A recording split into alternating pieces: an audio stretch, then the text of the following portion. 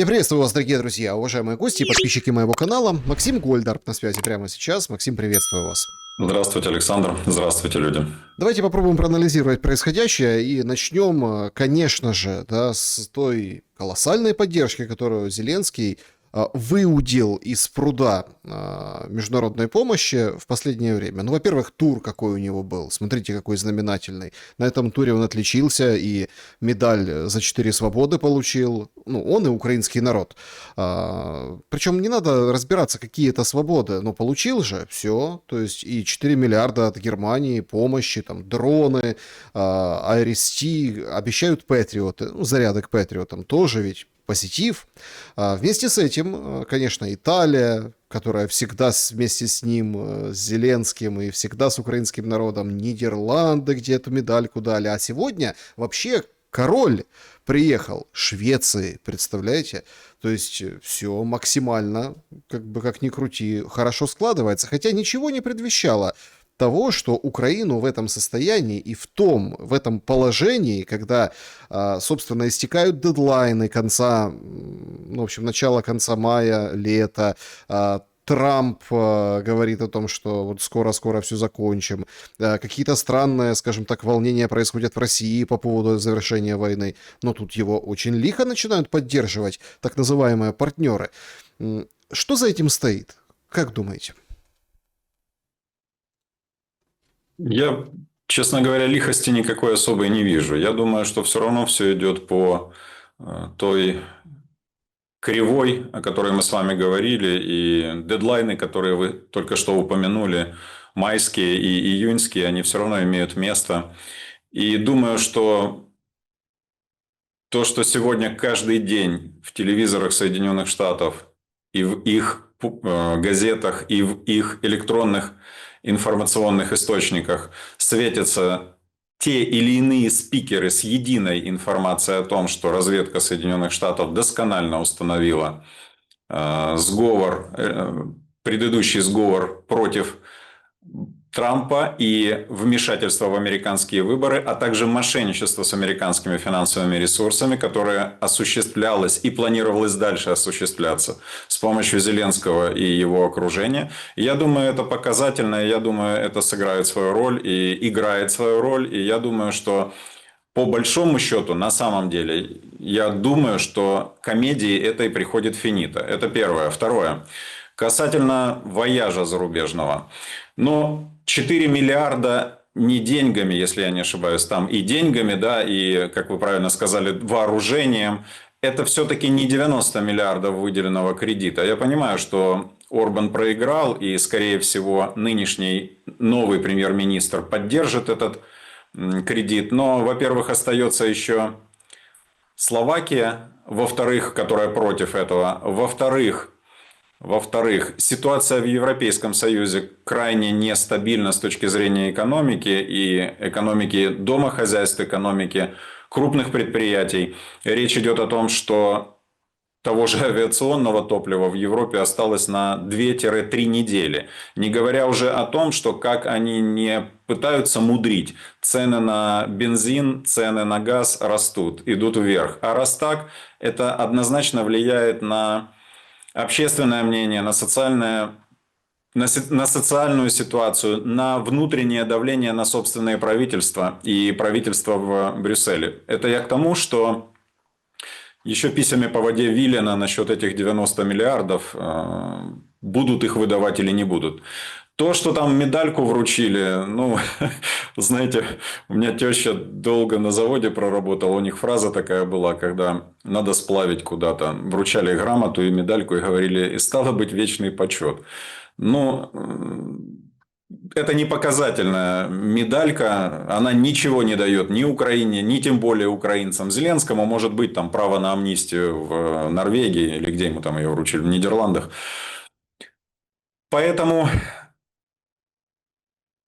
Поэтому ничего более толкового насчет медалек и заверений я лично в его вояжах не увидел. Да, встреча с германским премьером, причем эта встреча вызвала бурю негодования внутри Германии, и причем не только в оппозиционной, допустим, среде типа АФД, альтернативы для Германии, но и в самом ХДС, ХСС выступают депутаты и говорят о том, что Мерц, что творишь? В Германии проблема с экономикой, Германия падает, сильно падает. Какие деньги? Кому отдавать деньги? Зачем сейчас отдавать деньги? Какие снаряды, когда собственная военная машина Германии в этом смысле пустая, нечего отдавать. Поэтому мне кажется, что сам вояж был направлен больше на то, чтобы показать тем же американцам, что смотрите, я еще живой, и смотрите, я еще верчусь, и смотрите, Европа поддерживает меня. Что касается Европы, которая сегодня с растерянностью, испугом и, наверное, нелюбовью смотрит на американскую администрацию, то и она играет в этот, как танго танцуют двое, да, то и она решила станцевать небольшой полонезик с Зеленским, показывая американской администрации, что она придерживается своего курса на поддержку войны в Украине и на поддержку Зеленского в Украине. Но по большому счету время показало и жизнь показывает, что все это крайне, на мой взгляд, ненадежно и недолговечно. Что долговечно или что более серьезно, по-моему, это то, что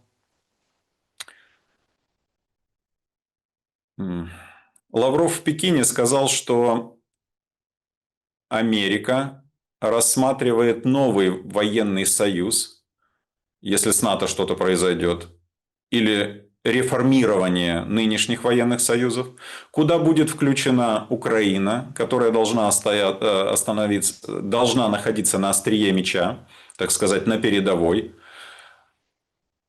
И одна из мыслей, для чего этот союз создается, это для того, чтобы перекинуть проблемы Украины на Европу как можно больше.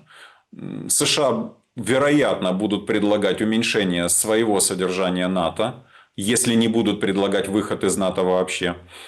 А насчет Украины будет сказано, ну хотите заниматься, занимайтесь. По большому счету Европа, европейская экономика и так сейчас занимается украинскими военными проблемами и их финансированием. Оружие, которое поступает из США, покупается, во всяком случае, по словам Трампа, и оплачивает все это Европейский Союз. Резюме.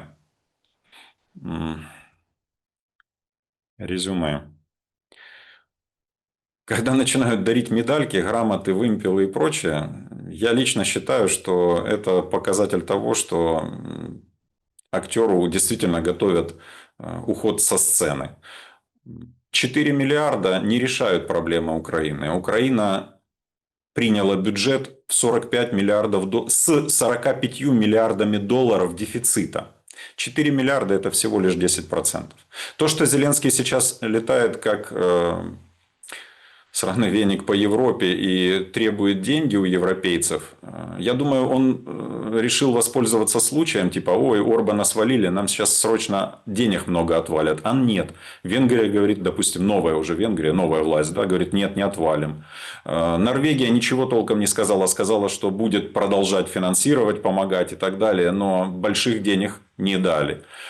Я думаю, что он на хайпе хотел проехаться и пособирать денег, но их не дают. Зачем ему нужны деньги, я уже говорил. Он посредник между западными деньгами и армией. И армия его терпит, украинская армия, до тех пор, пока он ее финансирует. Равно как и карательная система украинская, равно как и госчиновничество. Для чего-то еще другого он уже не нужен. Внутри Украины давно смотрят на других людей. Во всяком случае, на тех, кто сегодня там условно легитимен и может участвовать в дальнейших выборах. Смотрят на них, не на него. А то, что там рассказывают о том, что у него рейтинг великий, ну, это эти рассказчики из его кармана деньги и получают.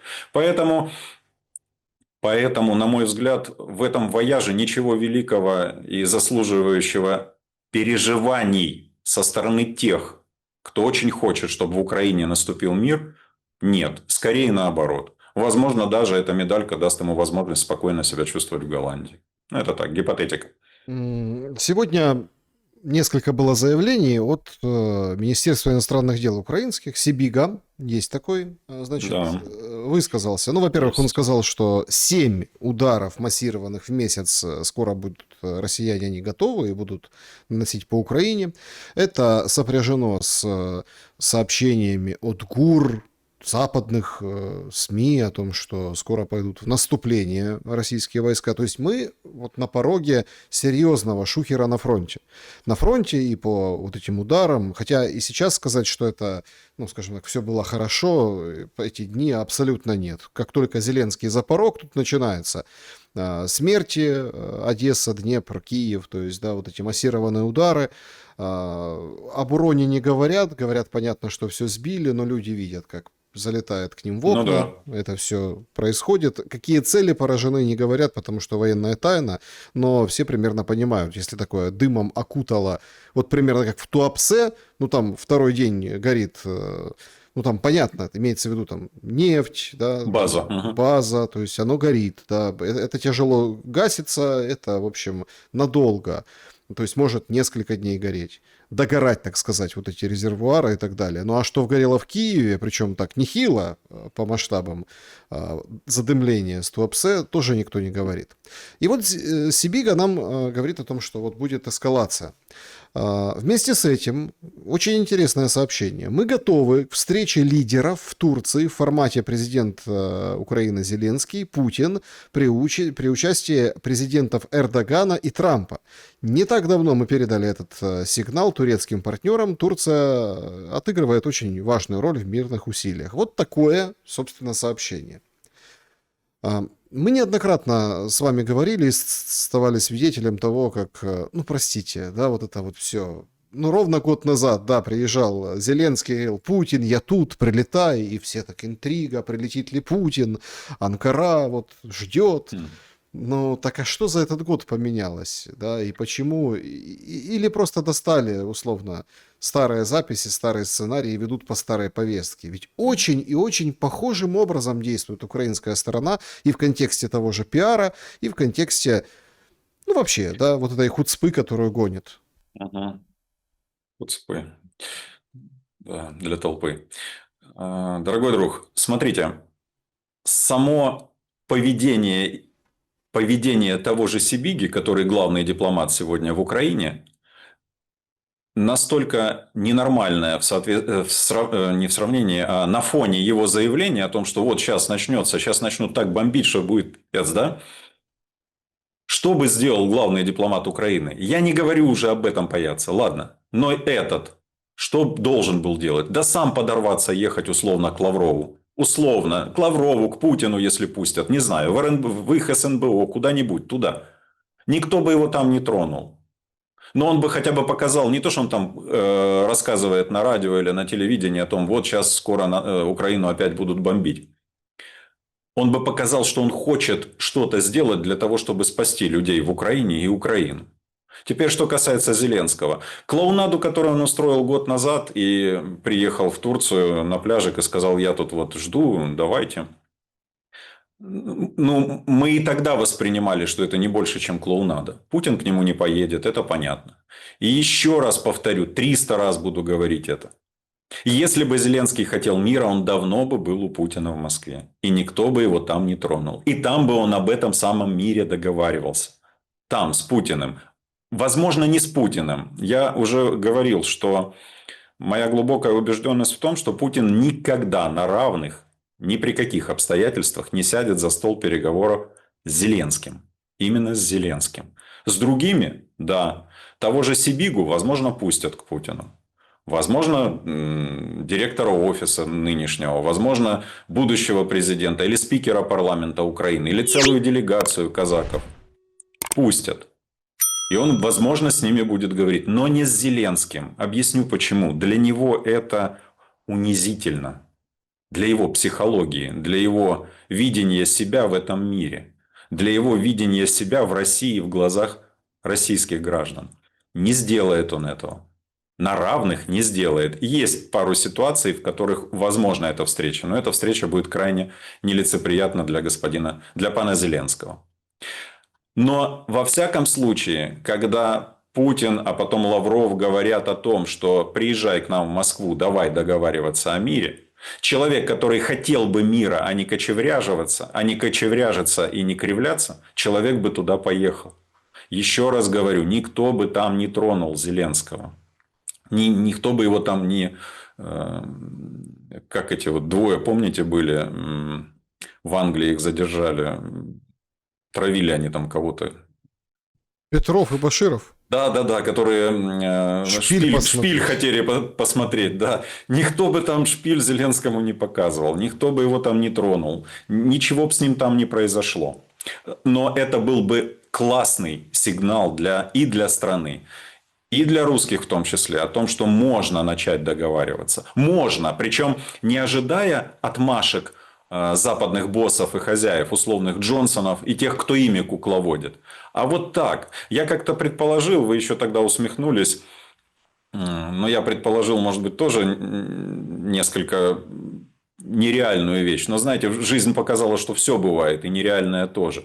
Я предположил, что а вдруг какое-то умудрение божественное сойдет на голову Зеленского, и он развернется и вопреки всем обстоятельствам, всем обязам своим, которые он дал, всем своим деньгам, которые он вывез, всем охранным грамотам, которые ему нарисовал Запад за выполнение задач, он развернется и будет договариваться с Россией о прекращении мира. Я допустил тогда этот вариант, вы тогда улыбнулись, усмехнулись, но...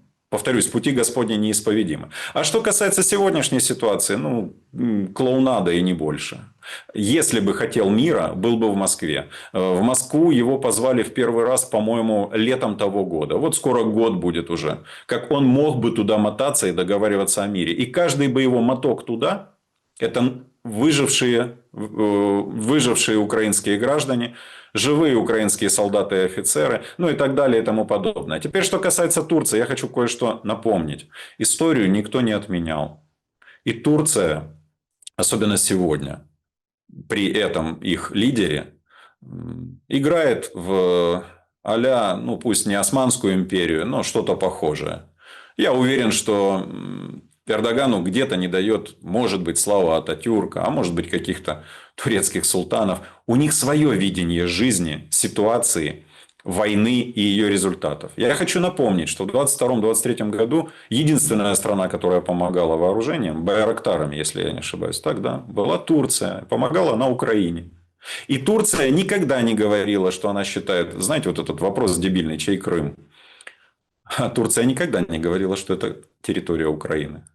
Равно как и территория России. Турция считает, что это ее часть, которую у нее в свое время в 18 веке отжала Российская империя. И она отчасти с интересом и, наверное, с удовольствием наблюдала за тем, как две славянские страны мочат друг друга. Потому что потом можно попробовать отжать, как они считают, свое. Это сейчас немножко кипиш возник, когда в турецких водах был подбит танкер, да, и это грозит... Да, и именно в государств в территориальных водах Турции. И это грозило сумасшедшей экологической катастрофой, если бы нефть там разлилась. И я уверен, что Зеленский мотался тогда в Стамбул именно поэтому. Именно потому, что турецкий президент вызвал его тогда к себе. Вызвал и очень сильно грозил по поводу того, что они творят, и что такое не должно больше происходить. Иначе и в лице Турции Зеленский потеряет союзника и советника. Я думаю, вот так выглядит ситуация. К сожалению, мы опять имеем сцену с актером, который играет. А как говорила замечательно его пресс-секретарь, бывшая, он как актер, он сказал и не делает. Он отыграл роль, снял маску и пошел новую примерять. У него нет обязов перед зрителями. Я думаю, она в этом очень четко отметила внутреннюю составляющую своего бывшего шефа. Проблемы-то колоссальные, скажем так, в Украине. И вот на фоне вот этих всех... это правда вызвало многие возмущения. Люди, украинцы в Европе, и не только в Европе, или те, у кого там родные в Европе, или, в общем... ну, остро восприняли вот эти все разговоры о том, что Зеленский высказался. Ну, он правда так высказался, говорит, я против того, что люди незаконно убежали со страны, их надо возвращать, и пускай идут служат, надо защищать Украину. Вот так все, вопрос справедливости. Критикуют его в пух и прах по этому поводу. Справедливость. Понимаете? И кто-то говорит там, ну, а как же бусики, да, разберись с бусиками, куда ты лезешь. Другие говорят, а Минтича тоже надо вернуть, защищать Украину. Кто вспоминает Ермака, который с Шоном Пеном опять бродит, так Поехал сказать, защищать Украину. поехал защищать Украину, понимаете, который там говорит, я на ВСУ пойду, ну и где он? Нет его в ВСУ. Ну, многие как бы грехи его вспоминают, но на фоне этого выходит Буданов, который пообщался с бизнесом и страшные вещи говорит. Бизнес четко понимает украинский, что мигранты нужны. Ну да. Легализация одного мигранта влетает в копеечку. Их надо много в товарном количестве. Называются цифры 300 тысяч, дальше с перспективой роста 600 тысяч в год. То есть идет фактически замещение населения. Плюс серьезный такой переформат привычного уклада жизни, имеется в виду привычных специальностей женских, мужских. У нас уже это нормальная практика в Украине, когда водитель там международных даже рейсов это женщина, ну, например, да. Ну, там есть какой-то условно там, да, какой-то гараж, да, там есть несколько бусов, какой-нибудь пенсионер или больной, или, ну, скорее всего, пенсионер крутит, ломает, чинит, содержит это все, а женщины прыгают за руль и мотаются по Европе, возят, скажем так, за границу посылки и за границу того, кто может выехать. Ну, то есть, понимаете, да? И это я не говорю там о женщинах, которые на тяжелых производствах, хотя они там уже практически додыхают, их уже не осталось в таком товарном количестве, не суть. Буданов говорит, что будем помогать, ну, то есть решать эти бюрократические тонкости. Хотя люди против, это признают все, и Буданов, и бизнес, все против. Ну, как это так? Потому что это идет, сейчас это во время войны происходит. Как далеко это может зайти?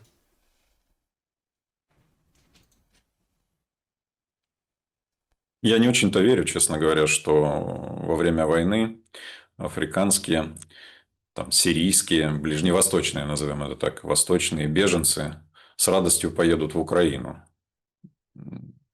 Что-то не верится мне в это. Многие из них бежали от войны, допустим, в Сирии, в Ливии, бежали в жирную Европу, бежали на халявные пособия. А ехать туда, где летают дроны, прилетают крылатые ракеты, где на тебя, где к таким, как ты, точно не привыкли, ну, в силу развития событий, и смотрят, мягко говоря, искоса, где ты встретишь точно нетолерантное отношение, если ты попробуешь там что-то вякать про то, что твои мусульманские или там негритянские права должны быть соблюдены. Ну, так же, так. У нас менее в этом смысле, меньше будут разбираться. Рожу набьют аж бегом. Это в Европе боятся на них палец поднять. А у нас только не так прохрюкает, ему очень быстро покажут карту. Я так думаю. Поэтому я не очень верю в то, что в войну большое количество эмигрантов из Африки и Азии и Востока поедут в Украину. Это раз. Два. Помните, раньше все время говорили, особенно когда Порошенко уже пришел к власти, его что же евреем считали, да? Зеленский, понятное дело, говорили, а все это специально делается для того, чтобы Израиль переехал в Украину. И будет массированный переезд Израиля на территорию Украины и израильтян. Мое мнение другое. Особенно после Зеленского будет массовый отъезд евреев из Украины. В силу разных обстоятельств. Я думаю, что Зеленский поднимет сумасшедшую волну по итогу антисемитизма в нашей стране. Поэтому будет не приход людей, а дополнительный исход людей, дополнительный к тому, который происходит сегодня в Украине. И их точно не заменят африканцы и беженцы с Востока. Это два. Три. Демографическая ситуация в стране чудовищная. Когда-то я предполагал о том, что в Украине реально 20 миллионов населения осталось. А сегодня это подтверждает Институт демографии, уже официально. Уже то вскрывали эти цифры, то рассказывали, что людей много. Да нет, нифига немного. В войну Украина зашла с 30 где-то 4 миллионами людей. 34 миллиона оставалось в Украине. Не 37 и 38, как говорил Зеленский в 2020 году. Нет. За это время Украина потеряла и убитыми, и ранеными, и калеками, и просто ускорением смерти пожилых людей, да и не пожилых людей, и огромной миграцией, выездом людей. Больше десятка миллионов человек. Как восстанавливать эту демографическую ситуацию, как решать эту проблему? Завозом африканцев? Не думаю. Я думаю вот что каждый день продолжения войны – это первое – гибель или выезд людей, тех даже, которые решили подождать и не решались уезжать. И второе – это принятие большим количеством людей на Западе, в России, в Грузии, в Армении, куда там украинцы уехали. Принятие большим количеством людей решений все-таки оставаться уже там, куда они уехали, а не возвращаться. Стало быть, мир, о котором мы с вами говорим каждый эфир, который жизненно необходим Украине для того, чтобы остаться на карте, он нужен и для того, чтобы каким-то образом в дальнейшем привлечь назад тех, кто уже уехал. Я думаю, что на это нужно нацеливаться. Нормальный правитель на это будет нацеливаться, или нормальное правительство, чтобы немедленно останавливать войну и создавать условия безопасности, безопасные условия для того, чтобы люди возвращались. Я понимаю, Александр, вы сейчас скажете мне, а кто же будет возвращаться, когда, допустим, женщина с детьми уехала, уже дети устроены в школу, а у кого-то и в вузы, а она нашла работу вполне достойную. И по большому счету наша культура нашей страны, она достаточно нормально вписывается в культуру Европы, да, в отличие от представителей африканских народов или представителей Ближнего Востока, мусульманских стран.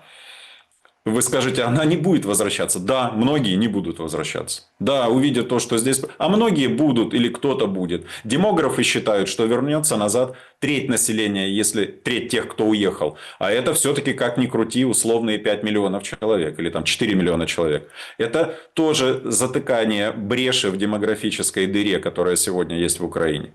Поэтому, на мой взгляд, единственным вариантом для того, чтобы остановить обезлюживание, да, можно так сказать, обезлюживание Украины, является установление мира немедленно, как можно быстрее. А что касается того, что Зеленский говорил о том, что европейцы должны возвращать украинцев призывного возраста, потому что это законно и справедливо. Но я хочу просто напомнить, вы перечисляли этих героев, которые с Шоном Пеном ездят по Харьковам в окружении, я уверен, огромного количества охраны, бронемашин и так далее. Вы не перечислили самого главнокомандующего. Главнокомандующий за время своей взрослой жизни 4 текал от военкомата и петлял. И убегал от призывов. 4. Тот, который сейчас говорит о справедливости, который говорит о законности, он убегал от армии. Так это было мирное время. Тогда тебя на передовую не отправили и не убили бы. Ну и так далее. Это он, который сегодня организовал процессы людоловства. Кстати, как насчет закона тогда? Да? Он же говорит, это было бы законно. А людоловство, то, что происходит и как происходит поимка и отправка на фронт людей, это законно. А ведь это не мои слова, это же цифры Сырского. Он же сказал, что из 10 тех, кто отправляется в армию, 9 недобровольно приходят. Их условно призывают. А как сейчас призывают? Есть очереди в военкоматах, в ТЦК, так сказать. Единственное, на что у них хватило ума, это сейчас реформу, а не людоловство хотят сделать, ТЦК переименовать, назвать их опорные пункты, да, или какие-то там пункты. То есть, даже не кровати переставляют у себя в борделе, а просто вывеску на борделе хотят поменять. Поэтому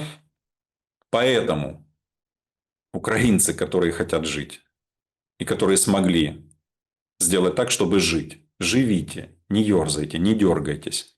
Нет сегодня у европейских стран юридических механизмов выдворения украинских граждан, которые получили защиту на территории Европы. Нет механизмов выдворения. Конечно, если эти люди не совершат преступления, ну и так далее и тому подобное. И то система правосудия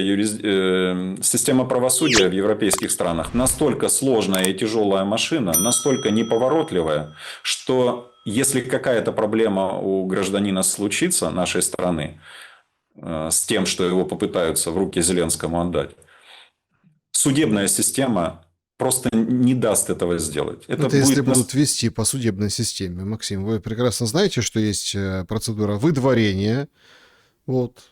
Сплавляют из Германии в Польшу, из Польши просто так выдворяют, не надо никаких этих процедур, то есть это нормальная тема. Нет, пока еще она не стала массовой, этой темой, она единичная. Выдворяют тех, кого нужно поймать, допустим, карательной системе Украины по договоренности с несколькими карательными системами нескольких европейских стран. Не во всех странах такое происходит. Это первое. И второе, то, о чем говорил. Если речь не идет о совершении гражданином Украины каких-то тяжких, особо тяжких преступлений, которые влекут за собой отмену у него защиты, тогда, по большому счету, беспокоиться не придется. Я понимаю, тем более, что Европа продлила нахождение украинцев на территории европейских стран до 27 года, до весны 27 года. Это европейское общее законодательство, оно превалирует над законодательством конкретной страны. Поэтому с этой точки зрения, если, конечно же, повторюсь, сам никуда не встрял, не начудил и не дал основания отменить защиту, с этой точки зрения украинские граждане достаточно защищены. Возможно, канцлер Мерц... Я думаю, кстати говоря, что канцлер говорил это больше для своих граждан. Потому что немцы утомились от иммигрантов. Немцы хотят, чтобы иммигрантов стало меньше. Немцы считают, что их налоги идут на содержание иммигрантов, которых они не любят. И я думаю, что Мерц, у которого сегодня 17, по-моему, процентов поддержки населения, а 80 таких активных противников процентов, он это говорил в первую очередь для ушей немецких, чтобы те слышали, как он переживает за эту проблему. Возможно, они пойдут на то, что сократят, введут какие-то квоты, то есть новые не приезжайте. Или, а мы вам платить не будем. Возможно, такое возможно. От этого никто не застрахован. Тем более, не все страны Европы, как Германия, выплачивают деньги украинским беженцам. Но так, как хочет Зеленский, чтобы ему людей запаковали в эшелоны и привезли на границу, а он их оттуда на фронт отправил, такого не будет. А, кстати, Александр, обратите внимание, буквально пару месяцев назад, вы помните, как он пел о том, что да нет, я не прошу, чтобы нам выдавали людей, я этого не хочу. Нет, раз уехали, то уехали. А тут сейчас раз и такой, не, надо все-таки, вот если неправильно вышли из страны, то надо все-таки, чтобы их вернули. Это многократно подтверждает то, что суть человека есть ложь этого человека. И ложь перманентная. Смотрите, ложь, опять-таки, партнеры этой лжи не видят. Вот Густав, которого там покатали, привезли, там, понятная воспитательная программа, король Швеции, его, в общем, на кладбище отправили, он вышел, там, 4 миллиарда вот подсуетил. Классно же, 4 миллиарда, нормально. И пилотов для Гриппинов будут обучать. То есть, складывается впечатление, что нам пытаются... всех пытаются уверить, что все нормально, все будет, что вот будет там сильная, могучая Украина, в каких границах не говорят, с каким режимом внутри не говорят, но все уже видят. То есть с какими налогами, с какими правилами внутри тоже не говорят, понимаете? Кажется, что всерьез разучились люди думать. Да, вот по поводу этих Гриппинов и Рафалии, там же вообще какие-то 30-е годы какие-то, скажем так, эти контракты, и то под деньги, которых нет, под линии производства, которые тоже как бы не готовы. Но они там вроде по поводу Гриппинов будут списывать вроде старое, а и французы Рафали там что-то будут клепать, наверное, когда-то. То есть абсолютная ложь, абсолютная, она окутывает украинцев на фоне там, о, король приехал, все, давайте радоваться. Когда украинцы поумнеют? Вот Ух ты. смотрите, когда? Скажите, вы не помните случайно, кто автор фразы «воевать до последнего украинца»? Нет, не помню. И я Я, не я помню. помню. Я помню фразу Зеленского, что будем воевать до последнего деда в последнем селе. Это Зеленского фраза. М. Ну, видите.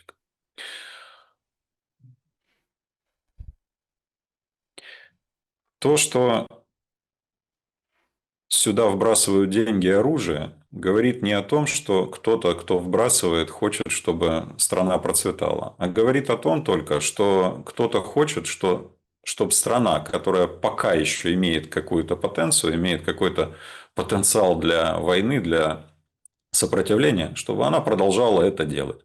Что это за собой повлечет? Ослабление геополитического противника. Он и так ослабляется. Как бы этот противник ни говорил, что он не ослабляется. Послушать надо то, что творилось на Московском экономическом форуме. И рассказки о том, что великолепное состояние экономики, они эти рассказки обнулятся. Но я сейчас не о России, я об Украине. Украина сегодня это костер. Когда ты хочешь, чтобы костер горел, ты подбрасываешь дрова, подбрасываешь топливо и смотришь, как он горит. Итог любого костра – прогорание, пепелище. Не бывает по-другому. Если дать ему гореть и дать ему прогореть. Пепелище. И в этом случае будет пепелище. Не будет по-другому. Физику никто не отменял. А когда не хочешь, чтобы огонь горел, знаешь, как надо делать. Да? В детстве дети писали, взрослые ведрами заливают, пожарники шлангами тушат и так далее. От кислорода пытаются отключить место возгорания для того, чтобы затухло. Так и здесь. Хотят, чтобы был мир, не заливают страну оружием и не требуют от Зеленского мобилизовывать с помощью в том числе людоловства как можно больше людей в обмен на деньги и на оружие. Значит, все, что делается, делается для того, чтобы страна горела, но при этом поджигала геополитического противника. Вот это первая часть ответа на ваш вопрос. Вторая часть. Александр, вы ведете свой YouTube-канал много лет. Уверен, что вы анализируете то, кто смотрит вас. То, что вас смотрит очень много людей, известно. Уверен, что вас с каждым разом больше смотрят в Украине.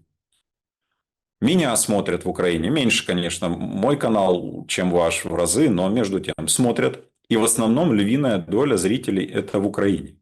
А было меньше, а сейчас больше. А я уверен, что в 22-23 вас в Украине намного меньше людей смотрело, чем сейчас. Это ответ на ваш вопрос насчет поумнеют. До многих людей уже начало доходить то, что произошло и что происходит, и чем это закончится, для них в том числе. Многие из украинцев сегодня зависимы от этой войны. Я не говорю о тех, кто наживается на ней. Я не говорю о Зеленских, Миндичах, и Ермаках и вот тех мудаках, которые сидят в парламенте и только за последние полгода поменяли машин на 2 миллиона долларов. Я не о них говорю. Эти наживаются на войне, это понятно. Я говорю о тех, кто, не имея больше возможности работать, единственные деньги, которые может получать, это деньги, зарплата в армии, армейское содержание. И эти деньги он отдает своей семье, детям, ему же содержать надо, своих родителей и так далее. Эти люди зависимы от того, что произошло. Я думаю, что эти люди отдают себе отчет в том, что каждая зарплата может стать последней. Отдают. Но они зависимы. Их сегодня погрузили в эту ужасную яму войны без вариаций, без каких-то особых возможностей, с разрушенной экономикой в стране, с запретами, полицаями, людоловами, СБУшниками, угрозами, как это, вот этих заградотрядов, да, расстрелов заградотрядов или И угрозами. такая, что угрозами? Нормально. Корчинский он недавно вышел, говорит, так а что, если есть такие функции, ну, надо же их выполнять. То есть, ну, то есть то, что мы раньше можно было в тюрягу загреметь, или там хейтом каким-то, сейчас уже, видите, и это становится нормой. Да, я бы сейчас отложил в сторону вопрос некоторых персонажей. Я думаю, всему свое время. Я очень верю в это. Я думаю, что всему свое время. Но я закончу ответ на ваш вопрос таким образом. Многие люди вынуждены находиться в этой ситуации, в военной ситуации, в силу отсутствия альтернатив, вариаций, безнадеги, страха. Многие люди давно, как вы говорите, поумнели и начали понимать, что произошло и что происходит, и куда ведут их и Украину. Те, кто орет о том, что мы еще 3 года точно будем воевать, а может быть и больше будем воевать. Как вы там сказали, до последнего деда в селе, да? Многие люди это понимают. Вопрос только в том, и мы эту тему как-то с вами поднимали, а что делать тем, кто понял? Как только они выйдут на улицу манифестовать, на них натравят, точнее, полицаев или квазимилитарные какие-то формирования боевиков условных. Их арестуют, их бросят в тюрьмы, у них заберут их имущество, их объявят врагами и кем там, агентами Кремля, и как там, ФСБ, диверсантами и так далее. И потом, а кто выйдет сейчас на улицу? Мужиков нет. Они или убиты, или успели уехать из страны, убежать любым путем, или на войне. Кто? Женщины? Ну, бывает, наверное, такое, но тогда отправляю к пункту первому, что будет и с женщинами. Никто не постесняется из режима Зеленского. Поэтому и тогда я вам говорил о том, что, на мой взгляд, самым взрывоопасным моментом в системе, которая сегодня установлена Украиной, взрывоопасным для власти, для режима, является именно армия. Именно армия, которая тоже понимает, что происходит. Я не смогу сейчас вам ответить на вопрос. Я не смогу сейчас вам ответить на вопрос, когда армия поступит по-своему. Я стараюсь сейчас подбирать слова. Но то, что Зеленский истерит по поводу того, чтобы дайте деньги, и эти деньги ему нужно переправить армии, это очень серьезный показатель того, что они щупают армию и понимают, что армия уже не та, как была по отношению к нему лояльна в 22-23 годах. Армия тоже понимает, что что-то не то творится. Армия тоже понимает, что ее на убой отправляют ради каких-то корыстных целей условных Миндичей и Галущинок. Кстати, где-то прочел, что... ну, я, как и вы, с сомнением и с недоверием отношусь к украинским правдам различным, но там вот написали, что схемы воровства в энергетике, которые были при Галущенко, добросовестно процветают сегодня при новом министре. Просто поменяли фамилию, а воруют точно так же. Поэтому те миллиарды, о которых вы говорите, которые Европа сейчас даст на, по большому счету, разбазаривание, по большому счету и разбазарят. Ну, вот такой ответ на ваш хитрый вопрос. Максим, сегодня, ну, вчера стало известно, что Шуфрича выпустили под домашний арест. И вроде как история частная, но на самом деле, ну, некоторые надеются, что что-то меняется в связи с этим. Понятно, что это домашний арест, понятно, что там круглосуточный, может потом что-то скостят, но это госизмена, вроде как не положено. Залог был сумасшедший, братья-регионалы по оружию ничего ему не скинулись, хотя вроде как расчет был на то, что, ну, толстосумы-то могут поделиться. Но с точки зрения вообще общего фона и того, что происходит, есть ли надежда, что условно там судебная система, вот эта вертикаль, она уже тоже начинает, скажем, Несомненно. тоже Несомненно. начинает юлить и выкручиваться из-под вот этого пресса банковой? Несомненно, это происходит. Это я знаю. Мне об этом рассказывают коллеги. И нынешние коллеги, и прошлые коллеги, те, кто так или иначе связан с работой судебной системы. Это происходит. Я вам больше скажу, и с СБУ это происходит. И с прокурорами это происходит. Люди начали аккуратнее относиться к очевидным, заказным политическим разборкам, расправам, политическим делам. Почему? А потому что все понимают, что сколько веревочка не вейся, конец будет. Что имеется в виду? По делу Шуфрича. 2,5 года этот человек просидел в тюрьме. 2,5 года. Если бы были реальные доказательства его вины, за это время, а там не надо проводить ДНК экспертизы, там не надо где-то там бегать, допрашивать. Его же обвинили в том, что он какие-то фирмы имел и платил налоги через эти фирмы в бюджет России. Да, а раз так он госизменник и прочее, прочее. Еще там к чему-то призывал, будучи депутатом. Я вам разломаю оба обвинения.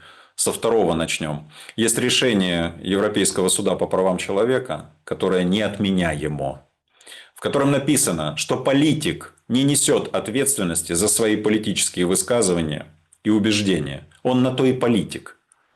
Шуфрич, нравится он кому-то или не нравится, политик. И он высказывал свою точку зрения об отношениях Украины и России в этом смысле слова. И о том, что происходит в Украине. И о том, как ей дружить или не дружить с соседями. Это раз. Поэтому это обвинение ничтожно. Оно разломается о европейские трактаты вины и невиновности.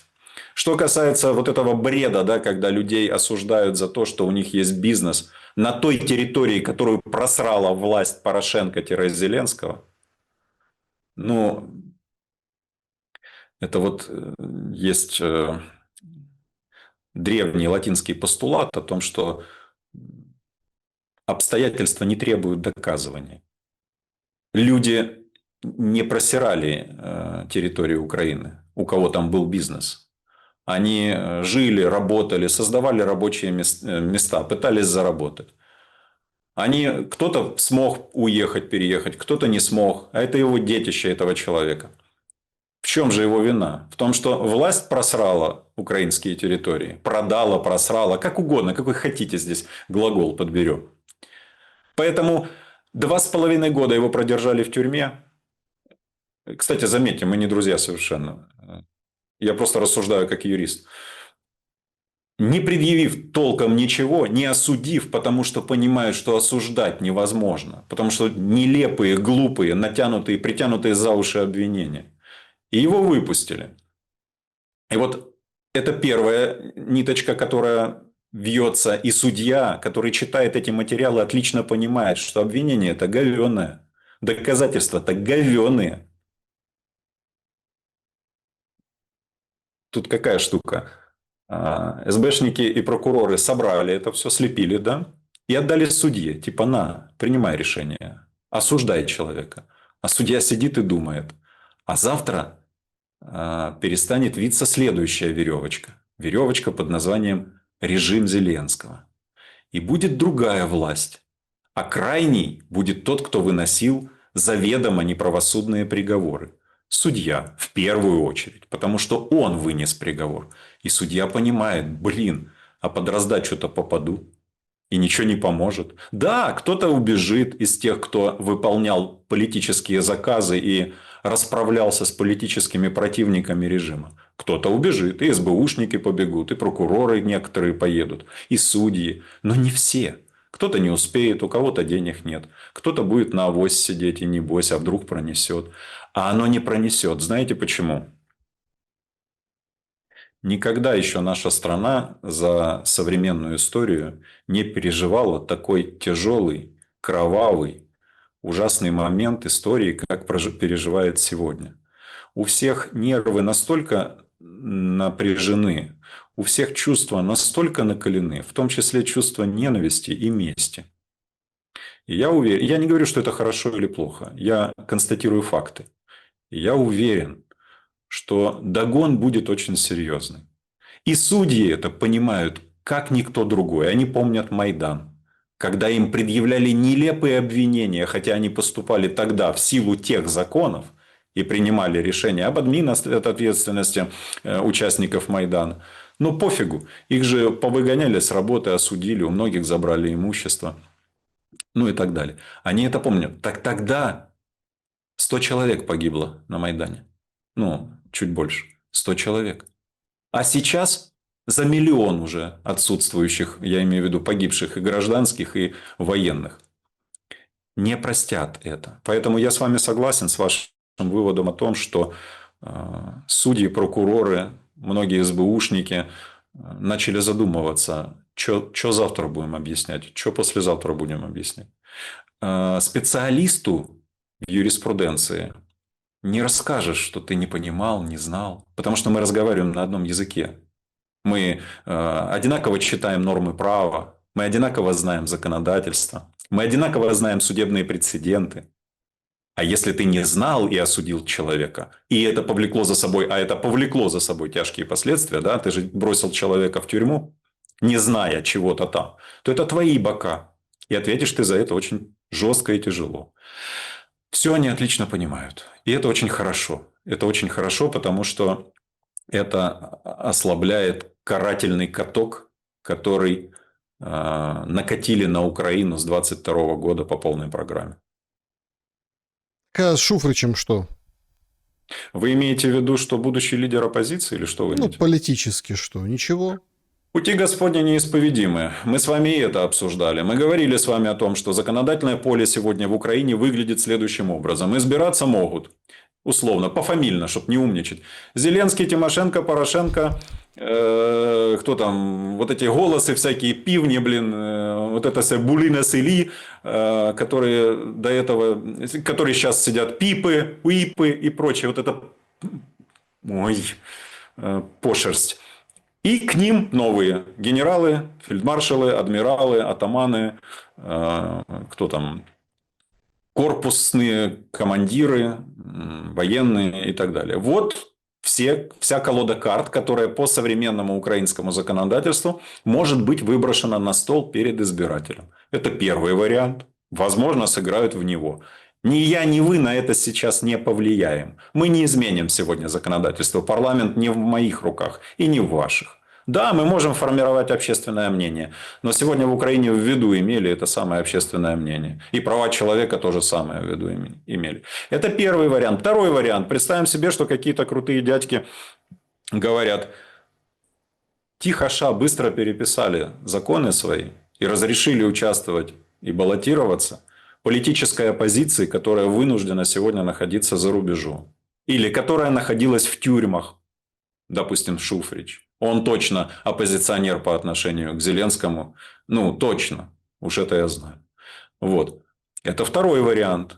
И эти примут это решение. Они расскажут о том, что это справедливо и так далее. Хотя сегодня они специально проводят опросы в Украине людей и машут этими опросами о том, что, а видите, люди против, чтобы те, кто уехал, баллотировались раз, и два, вообще имели право голосовать. То есть, представляете, лишать голоса хотят больше десятка миллионов украинцев, которые сегодня не проживают в Украине. Это, кстати, отсылаю к тому вашему вопросу о демографической проблеме. Какого хера тогда люди будут туда возвращаться? Туда, где они бесправны, без права голоса и ни на что влиять не могут. Поэтому, как минимум, два варианта я привел вам. Если будет принято решение о том, что закон надо менять, и те, кто отсутствовал в стране, имеют право и избираться, и избирать, это одно. И Шуфрич, я уверен, может и захочет, наверное, продолжить политическую карьеру. Я не знаю этого, повторюсь, мы не друзья, не созваниваемся, не списываемся, какое он там для себя решение примет.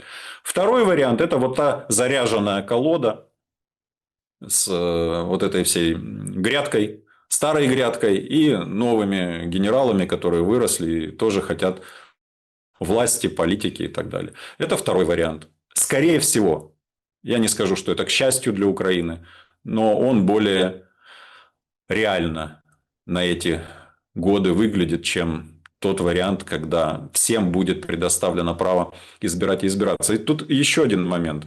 О нем мало кто говорит, но нужно знать. В Украине законодательство выписано таким образом, чтобы избираться могли только очень богатые люди. Или те, кому очень богатые люди дают деньги, то есть покупают их. Сделано это еще при Порошенко, при Зеленском это укреплено, и пока это так и остается. Нормальные люди, умные люди, но без больших денег не могут баллотироваться. Ну, это так. Я это говорю для того, чтобы те сотни тысяч людей, которые вас смотрят, и украинцев, знали это, помнили, как на самом деле выглядит демократическое устройство нашей страны. Ну, а деньги у кого?